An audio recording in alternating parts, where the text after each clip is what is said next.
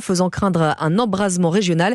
Israël revient à la table des négociations. Une délégation sera envoyée la semaine prochaine au Qatar pour poursuivre les pourparlers avec des médiateurs, car les négociations patinent avec le Hamas en vue d'un cessez-le-feu dans la bande de Gaza. Des écarts restent à combler, estime l'État hébreu.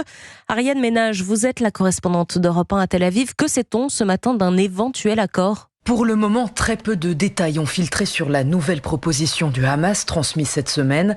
Mais la poursuite des pourparlers paraît tout de même indiquer un assouplissement des exigences du mouvement islamiste palestinien.